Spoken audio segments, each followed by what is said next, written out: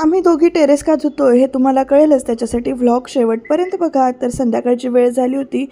दिवसभराची कामं आवरून त्याच्यानंतर आम्ही टेरेस धुवायला इकडे वरती आलो होतो आणि तोपर्यंत सनसेट व्हायची वेळसुद्धा झाली होती.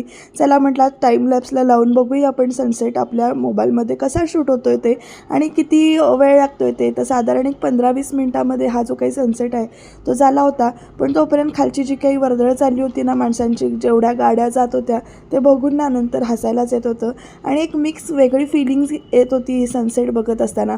तुम्हाला सुद्धा हा सनसेट असा बघायला आवडतो का ते कमेंटमध्ये नक्की सांगा. मस्त असा वारा सुटला होता आणि तेवढ्यात ना आमच्याकडे माकडंसुद्धा येऊन गेली. फक्त ती आमच्या टेरेसवर नव्हती, बाजूच्या समोरच्या टेरेसवर होती, म्हणून आम्ही टेरेसवर उभं राहू शकलो.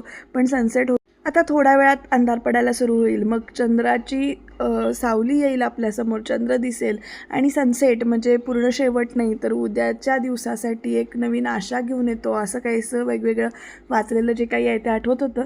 तर ही माकडं बघा कशी त्या वायरीवरून इकडून तिकडे जात. खाली बाजारात काम होतं म्हणून गेलो होतो, तर येताना म्हटलं देवळात जाऊन येऊया आणि आणायचे रविवार म्हणजेच तिकडं आंबेवताचा वार होता आमच्या रवळनाथाचा आणि आरती मिळाली होती. तर आरतीला सुद्धा थोडा वेळ थांबलो, छान प्रसन्न वाटलं.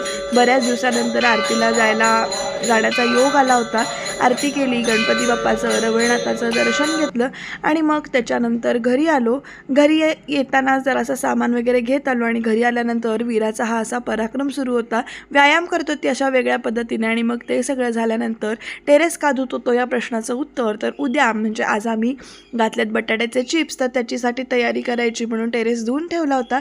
मी एकीकडे सालं काढून देत होते तर एकीकडे आणू त्या साच्यामधून किशणीवरून चिप्स काढून घेत होते आणि ते आम्ही पाण्यात ठेवले होते. तुम्ही उन्हाळी वाळवणं करायला सुरुवात केलीत का तुमची करून झाली आहेत ते कमेंटमध्ये नक्की सांगा.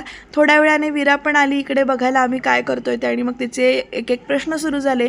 नेमकं कसं बाहेर पडतंय त्या चिप्सच्या भांड्यातून हे बघण्यासाठी ती अशी वाकून वाकून बघत होती. अशा पद्धतीने आम्ही बटाट्याच्या चिप्सची प्राथमिक तयारी करून ठेवली.